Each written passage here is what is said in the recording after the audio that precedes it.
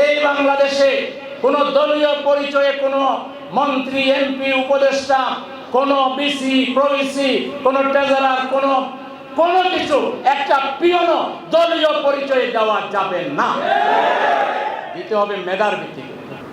আমাদের অত্যন্ত প্রিয়, শ্রদ্ধেয়, সম্মানিত সুধীমণ্ডলী, আপনারা সবাই কেমন আছেন? আলহামদুলিল্লাহ। স্বাভাবিক কারণে আমরা সবাই আনন্দিত।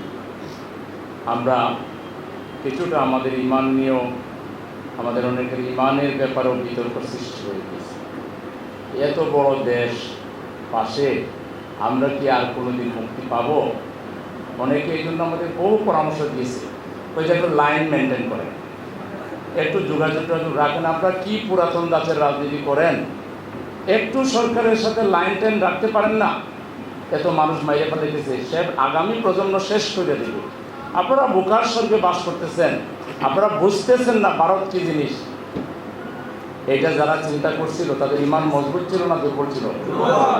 এটা তো প্রমাণিত হয়েছে, তাই না? যে আসলে আল্লাহর উপর সত্যিকার আস্থা যদি থাকে, বিশ্বাস যদি থাকে, তাহলে আল্লাহ সবর করলে সবরের ফল তিনি দেন। ইন্নাল্লাহ মা'আস সাবিরিন। আমাদের কিন্তু এমন একটা অবস্থা করেছে যে ঘরে স্বামী স্ত্রী বসে ভাতের টেবিলে খাইলেও যদি ধরতে পারে বলে যে স্বামী স্ত্রী মিলে সরকার উৎখাতের আন্দোলন করতেছে। বাচ্চা কাচ্চা নিয়ে মিটিং আমরা ঘরে যে বসতাম, এটাকেও সরকার বিরোধী পরিকল্পনা করা হয়েছিল, রাষ্ট্রদ্রোহী। আমি আপনার বসুন্ধরায় একটা ভদ্রলোকের গার্মেন্টস ব্যবসায়ী, ওনার সাথে সকালে হাঁটতাম, একদিন বলেছে ভাই খালি হাঁটাহাঁটি করলে হবে, রমজান মাস শুরু হয়েছে, আমি ইফতার খাই না বাস। আমি পরের দিন সিলেটে যাব কি যাব না ওনার বাসায় ওয়াদা দিয়ে দিছি। তারপর আমাদের বসুন্ধরার যে সভাপতি ইয়াং ছেলে বাসারে ফোন করলাম যে যদি পাইয়া ওই মুরব্বীরে বলি যে ভাই আমার একটু মাফ করে দেন, আমি কালকে সিলেট যাবো, তো আমার একটা রেস্টের দরকার। ফোন আর ধরে না। অগত্যা আমি চলে গেছি অনেক আগেই চলে গেছি। মালিক তখনও বাসায় আসেনি, উনি আসরের নামাজ পড়ে তসবিহ টিপতেছে, অনেক পরে আসছে। ইফতারের জাস্ট 15 মিনিট আগে উনি আসছে। আয়সা বলে যে ভাই আরও 3-4 জন আমার উনি দাওয়াত দিচ্ছে, আরও 3-4, আমরা সব মিলে 6 জন মানুষ। আমার সাথে আমার থানার সভাপতিকে নিয়ে গেছি, উনি আর এর বাইরে আরও 3 জন লোক। তো উনি বলে যে ভাই তাইলে আপনি একটু মোনাজাতটা করে দেন আর দু একটা কথা কয়ে দেন রোজা। আমি পকেট থেকে টুপি বাইর করে মাথায় দিছি, দিয়ে মোনাজাতটা ধরবো, এর মধ্যে হুড়মুড় খেয়ে 25-30 জন লোক এসে ঢুকছে। আমার কাছে লাগে শ্রমিকের মতো, মানে দেখতে হতো স্মার্ট লোকও মনে হয়নি, এক শ্রমিকের মতো। আমার তো মেজাজ একটু এগুলো যে এই ভদ্রলোক বললো আমাদের 2-3 জনকে ইফতার হবে, এখন যে সব শ্রমিকও নিয়েছে। হ্যাঁ, তো তারপর আমার ডাউট করতেছিল যে আসলে এরা কারা, শ্রমিক নাকি অন্য কিছু। তো আমি বললাম যে আপনি ওনাদেরকে দাওয়াত, ওরা কারা? ওই জন্য আমি তো চিনি না। তা আমার সাথে দেখছিল সভাপতি, ওরে বললাম তুমি চিনো? ওই জন্য আমি চিনি না। তা আমি জিজ্ঞেস করলাম ভাই আপনারা কারা? তখন এডিসি আগে আসে আমার পরিচয় দিয়ে বললো যে আমি অমুক, আপনার জন্য আমরা এসেছি। তো বললো মোবাইলটা দিয়ে দেন আর চলেন আমাদের সাথে। তা বললাম চলেন, ভালো কথা, কোথায় নিয়ে যাবেন? এখন তো ইফতারের আর 7 মিনিট বাকি, এখন আপনি আমাকে কোথায় ইফতার? রাস্তায় তো দাঁড়াইবার সাহস করবেন না, জঙ্গি আমলা হয়ে বয়ে রাস্তায় তো দাঁড়াবেন না। ইফতার খাওয়াবেন কোথায়? কোনো প্ল্যান আছে? কিছু করতে পারেন, আমরা ইফতার এখানে খান, ইফতার এখানে খান। আমরা এত সুন্দর করে আয়োজন করছি, ইফতার করি, নামাজ পড়ি, নিতে যখন আসছে যাবোই, অসুবিধা নেই। তারপরে ইফতার খাইলাম, নামাজ পড়লাম, তারপরে তাদের সাথে গেলাম। দেখেন কী অবস্থা। এবং আমার বিরুদ্ধে মামলা হইল রাষ্ট্রদ্রোহ মামলা, সন্ত্রাস দমনের মামলা। তো যে ভাই বেশি বড় মামলা টামলা দেয় নাই, সন্ত্রাস দমন দিই, যেটাতে হাত পা বাইন্দা আপনার লাগানো লাগে, ডান্ডা বেড়ে লাগানো লাগে, মাথায় হেলমেট লাগানো লাগে, গায়ে পুলিশের ড্রেস লাগানো লাগে। কত ঝগড়া যে এদের সাথে করছি। ভাই তোমরা মানুষ হও, আমি একজন সাধারণ মানুষ, সাধারণ মুসলমান, সমাজের সব মানুষ আমাকে চিনি, তোমরা এইভাবে করতেছো কেন আমার সাথে? ঝগড়া প্রতিনিয়ত তাদের সাথে। স্যার কিছু করার নাই, উপরের নির্দেশ কইয়া আমাদেরকে যে কী জুলুম চালাইছে। আমরা ভালো করে হাসতেও পারি না, আমরা কাঁদতেও ভুলে গেছিলাম, কীভাবে কাদা লাগে কাদাও আমরা ভুলে গেছিলাম। আমরা রাস্তা দিয়ে হাঁটতেও পারতাম না, আমাদের হাঁটাও নিষিদ্ধ ছিল। বাচ্চাদের জন্য একটু ফল ফ্রুটস কিনবো, কিছু একটা কিনবো, বাসা থেকে বলে দিলে ওই ড্রাইভার বলে যে স্যার থামা যাবে না। কেন? কই যে না থামা যাবে না, হেও আরেক পণ্ডিত, স্যার থামা যাবে না। তো কি থামা যদি না যায় যা বাঘ বাঘ, বাসায় গেলে সরি আসলে তো টাইমে কুলাই নেই, আনি নাই, ফল কিনতে পারি না। বিশ্বাস করেন, বাজার তো দূরের তার, একটু যে টুকটাক আছে না কেনাকাটা বাসার, এগুলো আমরা করতে পারি না। এমন একটা অবরুদ্ধ জীবন আমাদের ছিল। শুধু কি আমাদের, ওরা রক্তের উপর দিয়ে ক্ষমতায় গিয়েছিল। 2006 সালের 28 অক্টোবর আপনারা জানেন, লগে বৈঠার নির্দেশ দিয়ে সারা দেশে মানুষ খুন করেছিল। বিশেষ করে ঢাকার পল্টনে জামাত শিবিরের হাফেজ থেকে শুরু করে বিভিন্ন ইয়াং ছেলেদেরকে, মেধাবী ছাত্রদেরকে তারা শহীদ করে খুনের উপর দিয়ে ক্ষমতায় গিয়েছিল, রক্তের উপর দিয়ে গিয়েছিল। এরপরে ক্ষমতা পেয়ে প্রথম হামলা করলো আমাদের দেশপ্রেমিক সশস্ত্র বাহিনীর উপর। বিডিআরের ডালবা, বিডিআরের দরবার হলে সেখানে ওই শেখ হাসিনা যাওয়ার কথা ওই দিন, হ্যাঁ, সে যায় নাই। পরিকল্পিতভাবে সেখানে হামলা করে 57 জন বিডিআর আর্মির অফিসার, কোনো যুদ্ধেও এত অফিসার কখনো মারা যায়নি। এগুলোর বিচার হওয়া লাগবে না? 28 অক্টোবরের কতটা মামলা হবে? 57 জন অফিসারের পরিবারের পক্ষ থেকে 57টা মামলা হবে, রাষ্ট্রের পক্ষ থেকে আরো 1 ডজন মামলা হবে। এরপরে তারা হামলা করলো হলো জামাত ইসলামের উপরে। জামাত ইসলামের উপরে ক্ষমতায় যাওয়ার আগে করলো, ক্ষমতায় গিয়ে আমাদের নেতাদেরকে, যারা মন্ত্রী ছিলেন, যারা 1 টাকার দুর্নীতি করেন নাই, কিছু করেন নাই, এদেরকে ধরে বিচারের নামে প্রহসন। কাদের মোল্লা, তা উনার নাম, উনার পিতার নাম, উনার লেখাপড়া ঠিকানা সব ক্লিয়ার, একজন ট্রান্সপারেন্ট মানুষ।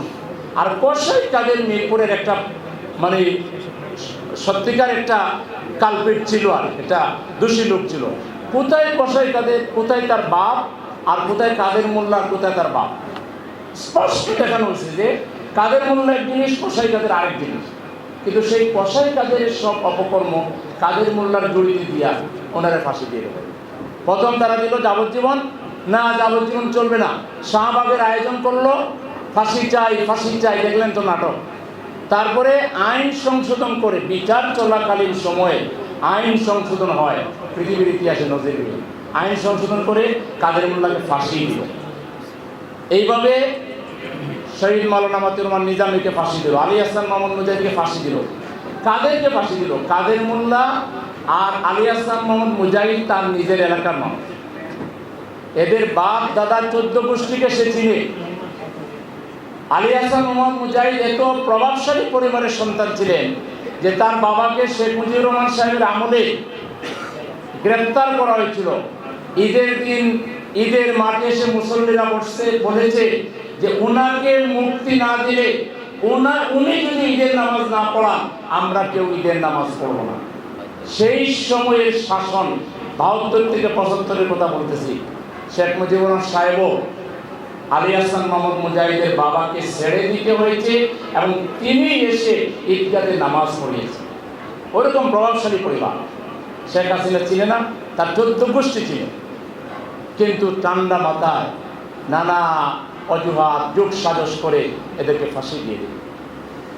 মীর কাসেম আলী শেখ, বাংলাদেশ ইসলামী ব্যাংক, ইবনে সিনা, মধ্যবিত্ত মানুষের স্বাস্থ্য সেবার জন্য তিনি যে হসপিটাল করেছেন, আজকে সারা বাংলাদেশে তার প্রাণ, উপচে পড়া মানুষের ভিড়, এবং সেখানে কোনো দুর্নীতি নাই, স্বচ্ছতা, ট্রান্সপারেন্ট, সেখানে সেবার মান সম্পূর্ণ অনন্য। ঠাই নাই, যাই দেখবেন ঠাই নাই। আওয়ামী আমলেও ছিল না, আগেও ছিল না, এখনো নাই। তো সেই ভদ্রলোককে উনি জামাতের অর্থের যোগানদাতা, এই অজুহাতে তাকে ফাঁসির মধ্যে নেন। যিনি দেশে এত বেকার সমস্যার সমাধান করলেন, কর্মসংস্থান, কয়েক লাখ মানুষের কর্মসংস্থানের ব্যবস্থা করলেন, তিনি হয়ে গেলেন যুদ্ধপরাধী, তাকে ফাঁসি দিয়ে দিলেন। তারপরে আল্লামা দেলোয়ার হোসেন সাঈদী, তিনি একজন কোরআনের তাফসীর কারক, দল মত জাতি ধর্ম নির্বিশেষে। তার ইন্তেকালের পরে ছাত্রলীগের বহু ছেলে এটার প্রতিবাদ করেছিল, ফেসবুকে কয়েকশো ছাত্রলীগকে বহিষ্কার করেছে। এরকম দলমতের ঊর্ধ্বের একজন সম্মানীয় মানুষ, তাকে ফাঁসি দেওয়ার চেষ্টা করেছিল। তৎকালীন অ্যাটর্নি জেনারেলের তার জীবনের নাকি খুব আফসোস রয়ে গেল, সে তার আগে মারা গেছে, ওই যে দেলোয়ার হোসেন সাঈদীর ফাঁসি দিতে পারল না। সাঈদী সাহেবকে শেষ পর্যন্ত বিনা চিকিৎসায় তাকে কষ্ট দিয়ে ষড়যন্ত্র করে দুনিয়া থেকে তারা বিদায় দেয়। এইভাবে একের পর এক নারকীয় হত্যাকাণ্ড তারা করেছে। 5ই মে হেফাজতের সেই মহাসমাবেশে শাপলা চত্বরে কি পরিমাণ হত্যাকাণ্ড করেছে, অথচ শেখ হাসিনা পার্লামেন্টে বক্তব্য বলে যে রক্ত গায়ে মেখে শুয়ে পড়ছিল, পুলিশে যেমন কুচালে উঠে দৌড় দিচ্ছে। শহীদের রক্তের সাথে কত বড় উপহাস তার মন্ত্রীরা করেছে, সে করেছে। তারপরে আল্লামা দেলোয়ার হোসেন সাঈদীর রায়ের পরে যখন মানুষ রাস্তায় মিছিলে বের হয়েছে, মহিলারা বের হয়েছে, কয়েকশো লোককে একদিনে গুলি করে হত্যা করেছে। এই সব হত্যাকাণ্ডে সাঈদী সাহেবের ওই রায়ের পরে যে কয়েকশো মানুষ মারা গেছে, তারা প্রত্যেকে মামলা দায়ের করবে, শেখ হাসিনাকে প্রধান আসামি করে। তারপরে হেফাজতের ওখানে যত মানুষ মারা গেছে, তারা প্রত্যেকে শেখ হাসিনাকে প্রধান আসামি করে এক একটা মামলা দায়ের করবে। 28 অক্টোবরে যারা শহীদ হয়েছে তারা মামলা দায়ের করবে। পিলখানা হত্যাকাণ্ডে যারা শহীদ হয়েছে তাদের পরিবার মামলা করবে। শেখ হাসিনার বিচার যদি সঠিকভাবে হয়, ন্যায় বিচার যদি হয়, তাহলে তাকে কয়েকশো বছর তাকে জেল কাটতে হবে, তাকে হয়তো কয়েকশো বার ফাঁসির মঞ্চে যেতে হবে। কিন্তু একটা মানুষের পক্ষে তো কয়েকশো বার যাওয়া যাবে না। তার মানে তার রায় হতে থাকবে, ফাঁসি তো তাকে পাইলে না দিবেন, সে তো পালাই গেছে দাদার দেশে, ওখান থেকে আবার কোন দেশে যায়। যদি আমাদের সরকার স্ট্রং হয়, এদেশের জনমতের দাবি হলো যে তাকে ফিরাইয়া এনে তাকে ফাঁসির মঞ্চে ঝুলাইতে হবে। যদি প্রমাণিত হয় এই সব খুনের জন্য, আমাদের কাছে তো পরিষ্কার, তারপরে আইন আছে, আদালত আছে, তার পক্ষে উকিল থাকবে, তারপরে রাষ্ট্রের উকিল থাকবে। উকিলরা যদি প্রমাণ করতে পারে যে এই সমস্ত খুনের নির্দেশদাতা সে, তাহলে তার ফাঁসি বাংলার মাটিতে হতেই হবে। এইভাবে তার সাঙ্গপাঙ্গ যারা ছিল মন্ত্রী পরিষদে এবং প্রায় 1-1.5 হাজার এমপি, 2-3টা পার্লামেন্ট কোনো ভোট ছাড়া বিনা ভোটে টিক চিহ্ন দিয়ে এমপি বানাইছে। এদের মধ্যে যারা দোষী প্রমাণিত হবে তাদের সকলকে বিচারের আওতায় আনতে হবে। যদি সত্যিকার ন্যায় বিচার, ছাত্ররা যেটা বলেছে, ওই ওয়ান জাস্টিস, জাস্টিস প্রতিষ্ঠার জন্য এটা করতে হবে। সম্মানিত সুধী মণ্ডলী, তাহলে এইভাবে এমন একটা ভয়ের রাজত্ব কায়েম করেছিল যে মানুষ কথা বলা বন্ধ করে দিয়েছিল। না জানি পিছনে গোয়েন্দা লাগানো, ডিবি কত বাহিনী যে করেছিল, এই বাহিনীর মাধ্যমে মানুষকে অত্যাচার করেছে। ব্যবসায়ীদেরকে তুলে নিয়ে তাদের কাছে চাঁদা দাবি করেছে, দিনের পর দিন নির্যাতন করেছে। ব্যবসায়ীকে তুলে নিয়ে তার বউকে তালাক দিয়ে তারা তাদের স্ত্রী বানিয়ে নিছে, আর ওকে দিনের পর দিন নির্যাতন করেছে। এরকম ঘটনা ঘটে নাই? এই সালমানের প্রমাণ। দরবেশ কি দরবেশ ছিল, হ্যাঁ? আরেকজনকে চাপের মুখে তার স্ত্রীকে ছাড়তে বাধ্য করে সেই স্ত্রীকে নিয়ে সে বুক করেছে। এই ধরনের যত আকাম কুকাম ছিল, শেখ হাসিনা থেকে তার এই পরিবারের সদস্যরা এবং তার এই বংশবদরা তারা বাংলাদেশে করেছে। আর আমাদের কিছু কিছু দুর্বলী মান্দার মনে করেছে শেখ হাসিনা আর কোনোদিন, সেও বলেছিল 41 সাল, আমাদের কেউ কেউ বাড়িয়ে বলেছিল দুর্বলী মান্দা, ওই 41 সাল না, বলে যে এই পুরা স্বামী এখন যেটা আছে এটা পুরোটাই তারা শতাব্দী, এই পুরা শতাব্দী। বিপদ যে কত ভয়াবহ ছিল।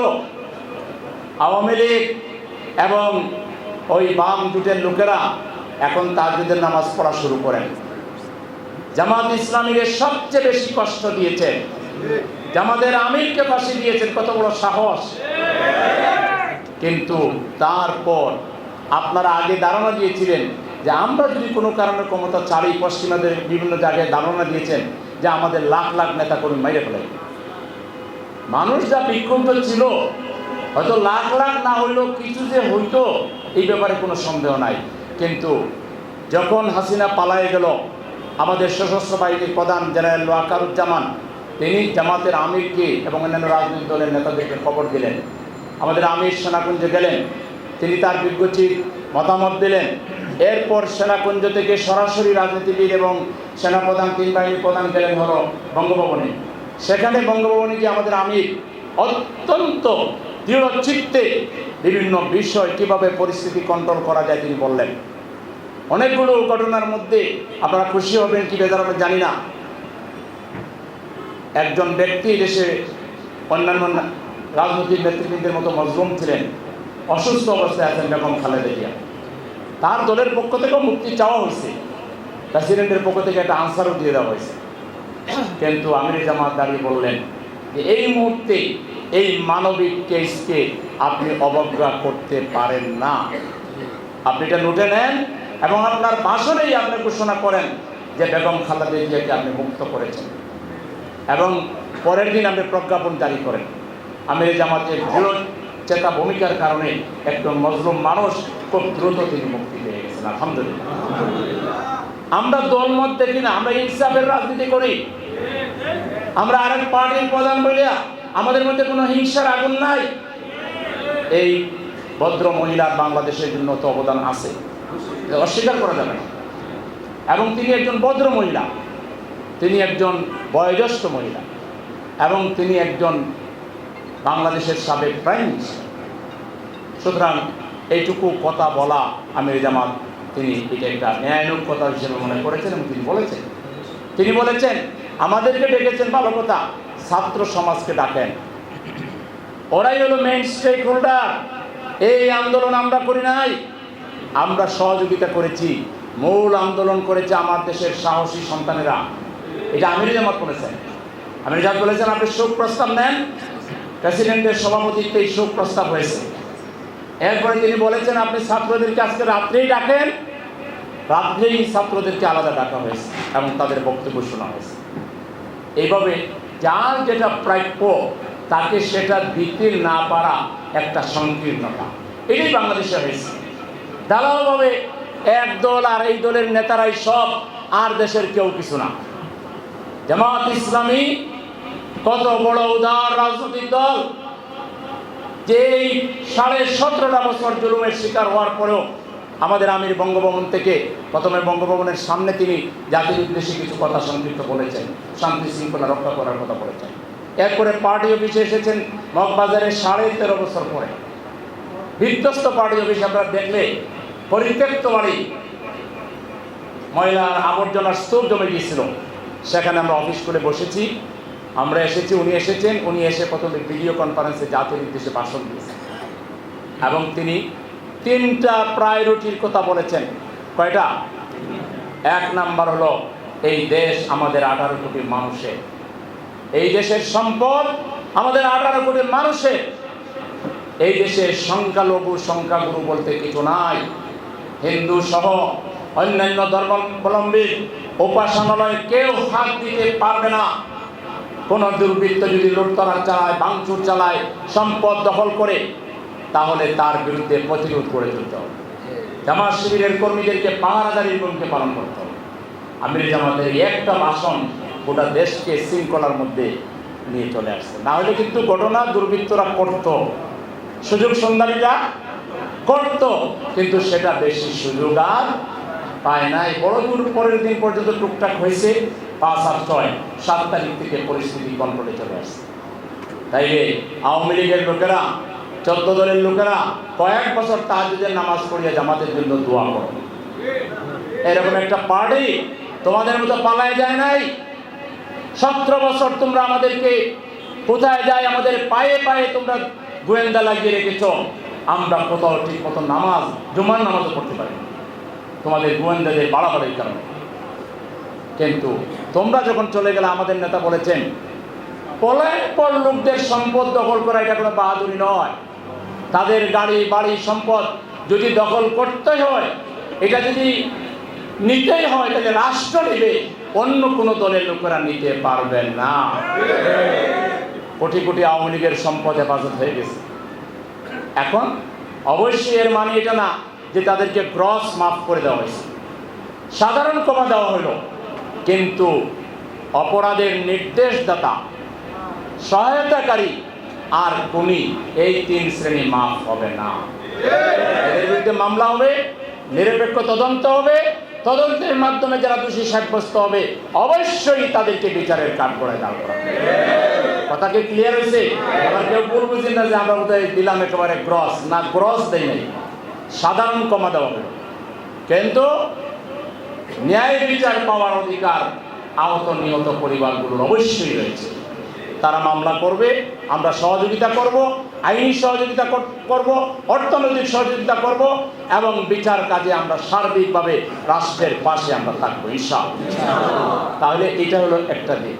আমির জামাত দ্বিতীয় প্রায়োরিটি বলেছেন, সেটি হলো যে আমাদের আহত লোকগুলোর পাশে দাঁড়াতে হবে।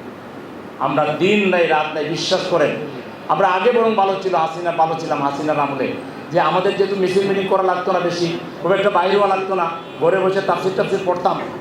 এখন তো ফজর থেকে পরদিন ফজর পর্যন্ত আমাদের একদিকে ফোনের জড়ি, অন্যদিকে এইটা ওইটা অনেক কাজ, হসপিটালগুলোতে দিন রাত আমরা দৌড়াইতেছি, বাড়িতে দৌড়াইতেছি, সারা দেশ থেকে অসুস্থ বাইরে আসতেছে ঢাকায়, তাদের সেবা আমাদের আলহামদুলিল্লাহ আমরা খুশি, সেই জন্য আমরা খুশি আলহামদুলিল্লাহ। আমাদের আমির জামাত বলেছেন যে আগে প্রায়োরিটি হলো চিকিৎসা দেওয়া, এবং আমরা এটা করছি। আমাদের আমির বলেছেন যাদের পা হাত চলে গিয়েছে, টেম্পোরারি যে পা হাত লাগাতে হবে, এটার জন্য যে খরচ লাগবে এটা আমরা দেব। সবার ক্ষেত্রে কমন কথা, আপনারা এরকম লোক পাইলে আমাদের দিকে পাঠাই দিবেন, আমরা এটা করে দেব ইনশাআল্লাহ। আমরা রাষ্ট্রকেও বলবো যে আমাদের এই ভাই বোনদের মধ্যে, শ্রমিকদের মধ্যে, এই আন্দোলনকামী জনতার মধ্যে যদি কেউ কোনো ক্রিটিক্যাল সিচুয়েশনে থাকে যার জন্য বিদেশে নিতে হবে, আপনারা দয়া করে প্রায়োরিটি বেসিসে তাদেরকে বিদেশে পাঠানোর ব্যবস্থা করেন। কারণ এরা আমাদের জাতির সম্পদ, এরা আমাদের জাতীয় বীর, এরা রক্ত না দিলে আমরা স্বাধীনতা পেতাম না, আমরা এই মুক্ত বাতাসে থাকতাম না। সুতরাং সবার অগ্রাধিকার হলো আমাদের অসুস্থ রোগীদেরকে সুস্থ করা। এরপরে আমির জামাত বলেছেন আমাদের প্রায়োরিটি হলো যারা মারা গিয়েছেন সেই সব পরিবারে দেখা করে দোয়া নেওয়া, তাদেরকে সান্ত্বনা দেওয়া, এবং তাদেরকে তিনি বলেছেন প্রাথমিকভাবে 1 লক্ষ টাকা দিতে হবে প্রাথমিকভাবে। আর সেকেন্ডারি বলছেন খোঁজ নাও, যে ছেলেমেয়েরা এতিম হয়ে গেছে আর বড় কেউ নাই উপার্জনের, কিংবা যাদেরকে একটু সাহায্য করলে কোনো বিজনেস করতে পারবে, কিংবা কোনো চাকরিতে ঢুকাই দেওয়া যাবে, এই সব দায়িত্ব আমরা নিব। পয়সা কড়ি যা লাগে এটা আমরা দিব। ঘর বাড়ি বানাই দেব, যাদের বাড়িঘর নাই, যারা কোনো রকম একটা আশ্রয় আছে, এদেরকে আমরা বাড়িঘর নির্মাণ করে দেব। আমির জামাত এটা বলেছেন এবং আমি এটা করে যাচ্ছি। এই ঢাকা সিটি নর্থ ছিল আন্দোলনের কিন্তু মূল কেন্দ্র। শাহবাগ থেকে ছাত্র চলে গেছে 16 তারিখ সকাল থেকে, 15 তারিখ রাত্রে গণ্ডগোল হলো, 16 তারিখ দুপুর পর্যন্ত ছিল, বিকাল থেকে কলাপস করে দিয়েছে। 16 থেকে 5ই আগস্ট পর্যন্ত আন্দোলনের মূল কেন্দ্রবিন্দু ছিল মেরাদিয়া থেকে পোড়া, এবার যমুনা ফিউচার পার্ক, এদিকে উত্তরা থেকে আবদুল্লাহপুর থেকে দিয়াবাড়ি, ওইদিকে মিরপুরের পুরোটা, ওইদিকে হলো মোহাম্মদপুর, এদিকে হলো মহাখালী। এই পুরো এলাকা ছিল রণক্ষেত্র। এবং এই পর্যন্ত আমরা 1.5 শতাধিক শহীদের সন্ধান পেয়েছি এই এলাকায়, শুধু সিটি কর্পোরেশন নর্থ এলাকায়। এটা আমাদের ধারণা যে 200 ছাড়াই যাবে। তো এই 150-র মধ্যে আমরা শতাধিক ভাইয়ের বাসায় অলরেডি 1 লক্ষ টাকা করে পৌঁছে দিয়েছি। কারো কারো বাসায় দ্বিতীয়বারও যাওয়া শুরু হয়ে গেছে, এবং আমরা বিস্তর খোঁজখবর রাখতেছি।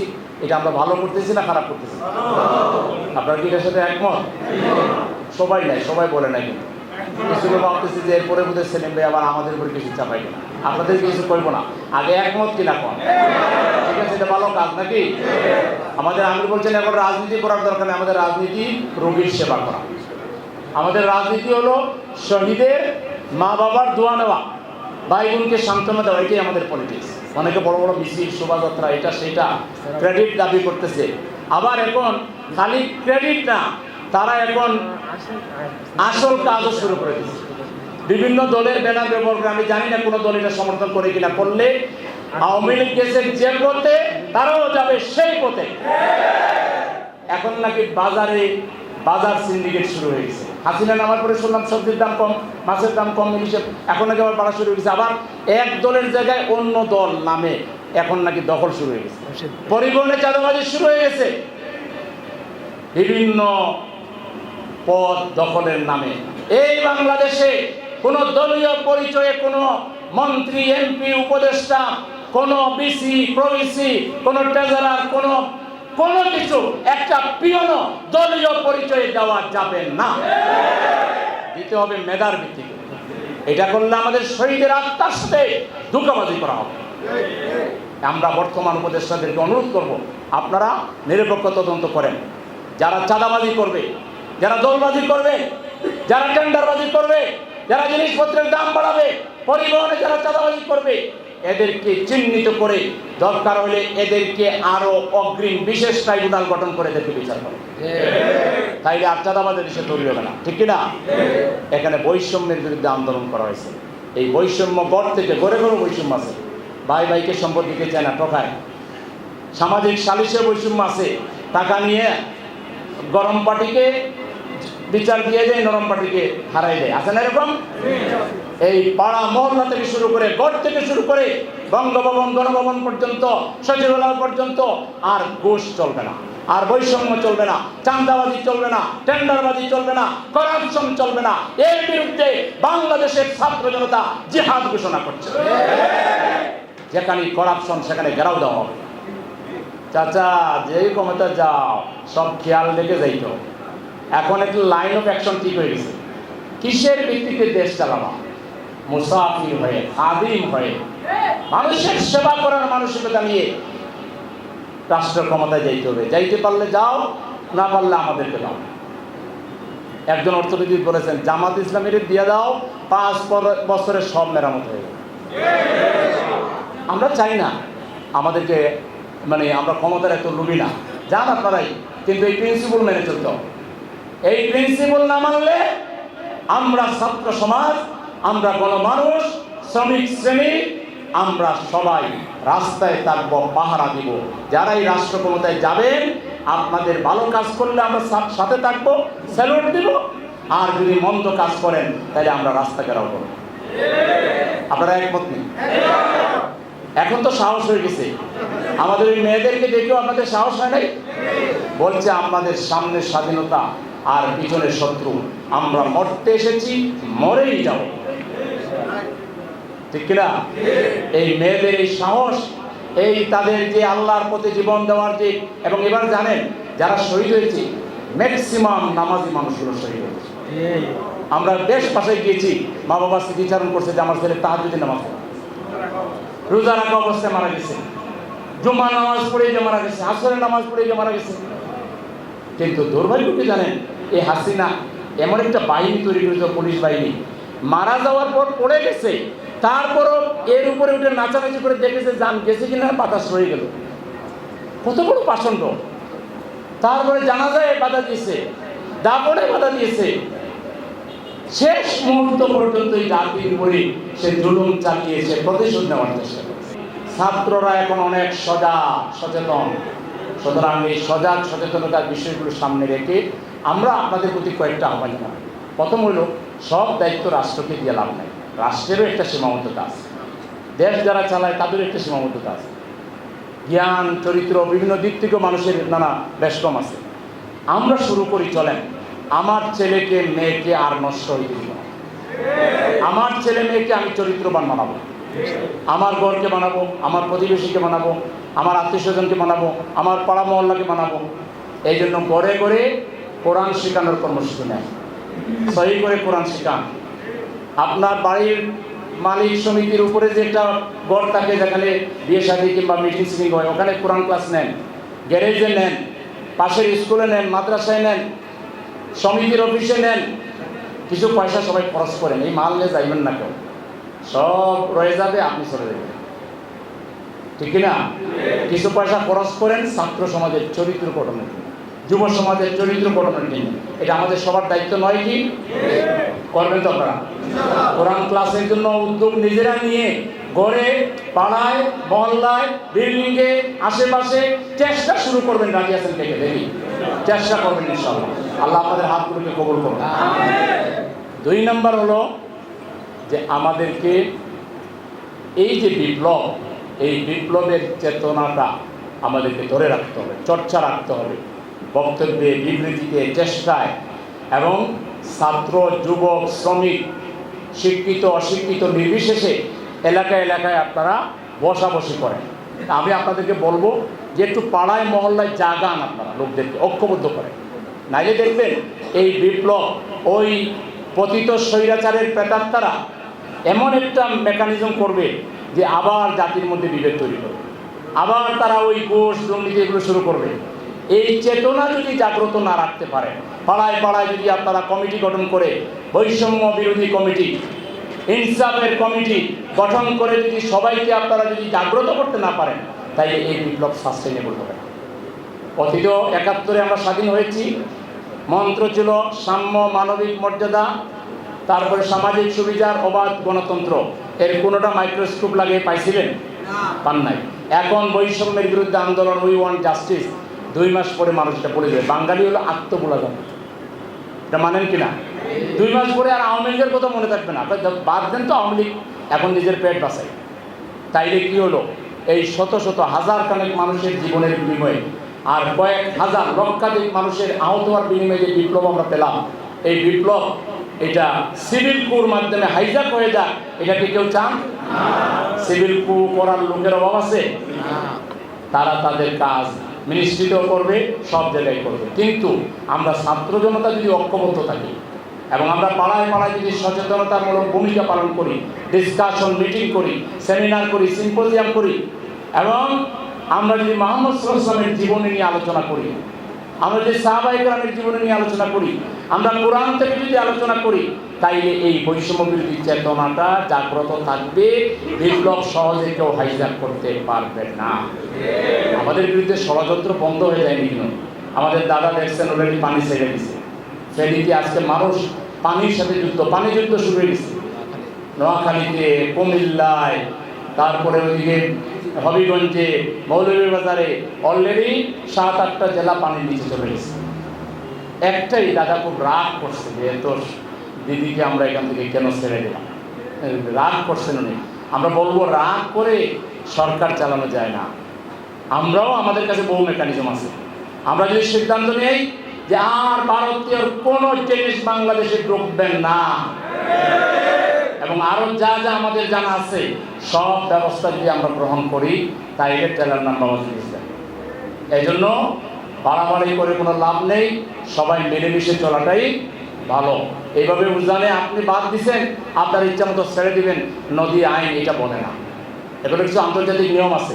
আপনারা তো সেই একটা বৃহত্তর গণতান্ত্রিক দেশ দাবি করেন, আপনারা যেটা করছেন বিশ্ববাসী আপনাকে ধিক্কার জানাবে। বাংলাদেশের কোটি মানুষ ঐক্যবদ্ধভাবে ধিক্কার জানায়। আপনারা এগুলো বন্ধ করেন, এগুলো বন্ধ করে এই যে পানি দিয়ে আমাদেরকে যে অত্যাচার করছেন, এইটা কোনো সৎ প্রতিবেশী সুলভ কোনো কাজ নয়। এটা আপনারা বন্ধ করেন, আমরা দাবি জানাচ্ছি। সুতরাং আমি সম্মানিত সুধী মণ্ডলীকে বলবো 2টা কথা লাস্ট, যে আমাদেরকে ঐক্যবদ্ধ থাকতে হবে, সচেতন থাকতে হবে, আমাদেরকে সজাগ থাকতে হবে, আর কানেক্টিভিটি রাখতে হবে। পাড়ায় পাড়ায়, মহল্লায় মহল্লায় আমাদেরকে সজাগ সচেতন থাকতে হবে। পারবেন তো ইনশাআল্লাহ? বিভিন্ন মিটিং সিটিং আয়োজন করেন, সাধারণ সভা আয়োজন করেন, এগুলো আলোচনা করেন, ডিসকাশন করেন, তাহলে মানুষ বুঝতে পারবে কি থেকে কি হলো আর সামনে কি দরকার। এটা একটা। আর আমরা যে মানবতার পাশে দাঁড়াবার সিদ্ধান্ত নিয়েছি, আমরা একটা দল, আমাদের আমির জামাত বলেছেন যে আমরা গরিব দল, আমরা মানুষও গরিব, কিন্তু আমাদের হৃদয়টা বড়। আমাদের আমির জামাত আহ্বান জানিয়েছেন, আমরা যে যা পারি আমাদের পকেট থেকে দিয়ে আমরা 1 লাখ 1 লাখ করে দেওয়া শুরু করেছি, আরও দেওয়ার আমাদের প্ল্যান করতেছি। তো আমরা তো এগুলো করবো। আপনারা কি আমাদের মধ্যে আমাদের অংশ না? আপনারা কি আমাদের অংশ না? আপনাদের কি নিঃসন্দেহে কষ্ট লাগে নাই? এই ঘটনা তো আপনার পরিবারও করতে পারত, আপনি নিজেও তো হইতে পারতেন, আপনার ছেলে হইতে পারতো, মেয়ে হইতে পারতো, ভাই হইতে পারো, বোন হইতে পারতো, স্ত্রী হইতে পারতো। তা আল্লাহকে আপনাকে হেফাজত করেছেন, আপনার কিছু দায় দায়িত্ব আছে না? সেই ক্ষেত্রে দিলটাকে একটু বড় করতে হবে। পরকাল বিশ্বাসীরা দিল কখনো সংকীর্ণ করে না, দিল তাদের প্রশস্ত থাকে। পরকাল বিমুখ লোকেরা তারা কাউকে কিছু দিতে চায় না। আর আইতাল্লাজি ইউকাযিবু বিদ্দীন, তুমি দেখো নাই পরকাল অবিশ্বাসীদেরকে? ফাযালিকাল্লাযী ইয়াদউল ইয়াতীম, তারা তো তারা ইয়াতীমকে ধাক্কা দেয়, গলা ধাক্কা দেয়। ওয়ালা ইয়াউদ্দু আলা তাআমিল মিসকিন, মিসকিনকে খাবার দেয় না। ফাওয়াইলুল লিল মুসাল্লিন আল্লাযীনা হুম আন সালাতিহিম সাহুন, ধ্বংস ওই মুসল্লিদের জন্য নামাজ চুরি করে। আর ওয়ায়ামনাউনাল মাউন, আদনা জিনিসও মানুষকে দিতে চায় না। কত টাকা করি, আজকে যদি একটা বড় অসুখ হয় সব বিক্রি করেন, আপনার ডিপোজিট যে আছে তাও ভাঙবেন, আত্মীয় স্বজনকে বলেন জমি জমা বিক্রি করে সুস্থ হয়ে বাঁচতে চান। তা আল্লাহ সব দিলের খবর জানে না? এত বড় বিপ্লব যারা এনে দিল তাদের প্রতি আমাদের কোনো দায়িত্ব নাই? সেই দায়িত্ব পালনে রাজি আছেন তো? বড় মনে রাজি আছেন তো? বড় মনে সেই দায়িত্ব পালনে কারা কারা রাজি আছেন? যে হাত তুলে থাকবেন। আল্লাহ আপনাদের হাতগুলিকে কবুল করুন। আল্লাহ আপনাদের জীবনের নিরাপত্তা দান করুন। আপনাদের হায়াতে আল্লাহ বারাকা দান করুন। তাই হায়াত আল্লাহ তাআলা দান করুন। এবং আপনাদের পরিবার পরিজনকে নিয়ে একটি দিনী পরিবার গঠন করার তৌফিক দান করুন। একটি আগামীর সুন্দর বাংলাদেশ, মানবিক বাংলাদেশ প্রতিষ্ঠায় আমাদের সকলকে আল্লাহ তাআলা ভূমিকা পালনের তৌফিক দান করুন। তাহলে আমরা সেই দায়িত্ব পালন করবো ইনশাআল্লাহ, নাকি? আর আপনারা জামাত ইসলামের জন্য দোয়া করবেন। আমরাও মানুষ, ভুলের ঊর্ধ্বে না। আমাদেরও কোনো ভুল যদি দেখলে আপনারা ধরাই দেবেন। আমাদের বক্তৃতার ব্যাপারে, আমাদের আচরণের ব্যাপারে, আমাদের চালচলনের ব্যাপারে, আমাদের কমিটমেন্টের ব্যাপারে আমরা সবাই ফেরেশতাকে আমরা দাবি করি না। আমাদের মধ্যে দুই একজনের কোনো ভুল হইতে পারে না? কারো ভুল দেখলে আপনারা ধরাই দেবেন। আমরা একমাত্র দল, যে দল নিয়ে বাংলাদেশের মানুষের মধ্যে এখন একটা নতুন স্বপ্নের তৈরি হয়েছে, নতুন আশা দেখা নিয়ে তৈরি হয়েছে।